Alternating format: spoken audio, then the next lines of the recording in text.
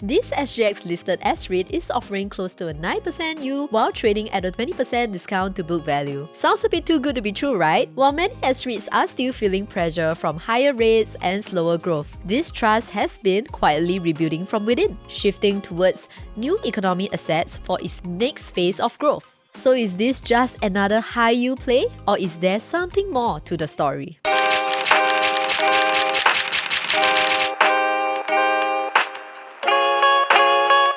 Today we'll be taking a closer look at Stoneweg Europe Stapled Trust. Stoneweg Europe Stapled Trust, or SERT, was formerly Cromwell European REIT. It's a stapled trust, meaning it combines a REIT with a business trust. The portfolio is made up of income-generating commercial properties across Europe, mainly logistic, light industrial, and offices. And since its listing in 2017, it's given Singaporean investors access to overseas real estate in a relatively simple way. And as of the end of last year, SERT owns 96 properties worth about 2.16 billion euros. And around 90% are in Western Europe and the Nordics. Accounting for the acquisition announced on 16 March 2026, 57% of the REIT's portfolio is in industrials, 41% in office, and 2% in other types. And additionally, with its 6% stake in the Ionics Data Center Fund under the Business Trust, total industrial exposure for the group rises to 61%. And looking ahead, the group is targeting 70% exposure to industrial assets to reduce its reliance on the more volatile office sector. Before diving into SERT,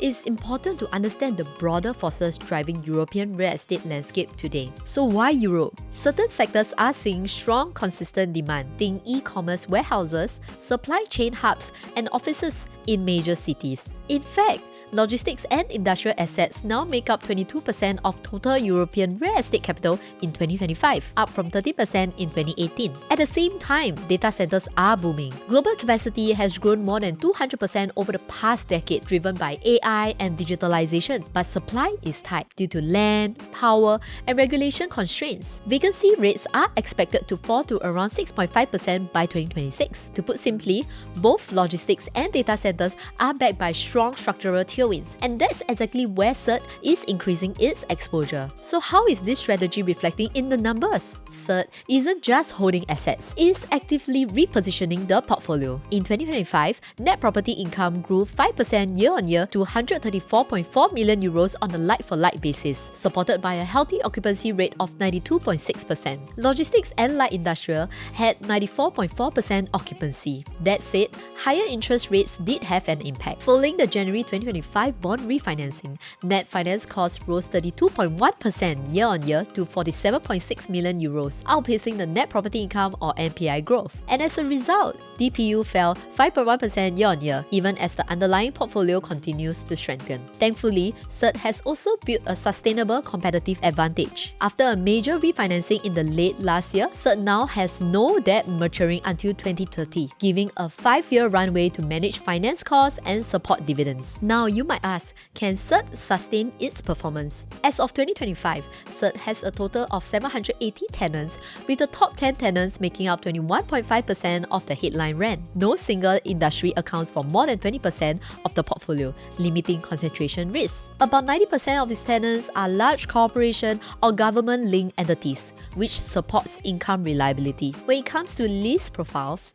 SERT weighted average lease expiry or WALE is 4.9 years, at the upper end of the sector range and slightly above industrial S-REITs like CapitaLand Ascendas REIT and Mapletree Industrial Trust. This means stronger income visibility compared to its peers. Additionally, its weighted average lease break or WALB is 4 years, meaning even if tenants exit at the earliest option, the trust retain almost 4 years of contracted income. On the growth side, its investment in Ionics is worth watching. SERT's 6.65% stake in the Ionics Data Center platform isn't just passive. Ionics has secured about 1,700 megawatts of grid capacity across 5 major European projects. By late 2025, the value of this stake has already jumped 41% from 50 million euros to over 70 million euros. Since then, SERT has increased its total commitment to around 100 million euros. This investment adds growth potential. On top of that, the trust has been actively recycling capital. Since 2022, the trust has divested around 411 million euros of non-strategic assets at an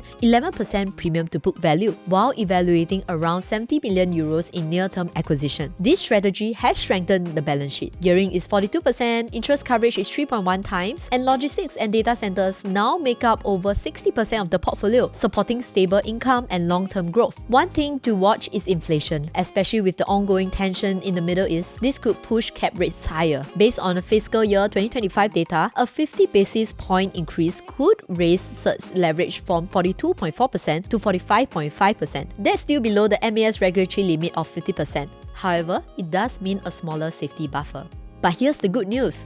CERT's debt profile is quite resilient. After issuing a 300 million euro green bond in October last year, it has no refinancing needs until late 2030, and about 94% of its debt is fixed or hedged, with an average maturity of 5.6 years. This gives strong visibility over financing costs and help reduce short-term risks. And in a volatile rate environment, this level of stability really stands out. Now let's look at the valuation gap. At its current price of 1.51 euros, CERT trades at 0.74 times forward book value, below peer median of 0.94 times, suggesting that valuation remain undemanding despite its improving fundamentals. Across fiscal year 2026 to 2028, CERT is expected to deliver an average dividend yield of around 9.5%, significantly above the peer median of 7%. Based on this, we derive a target price of 1.87 euros by the end of 2028, implying a potential price return of about 24% alongside its high dividend yield. On top of that,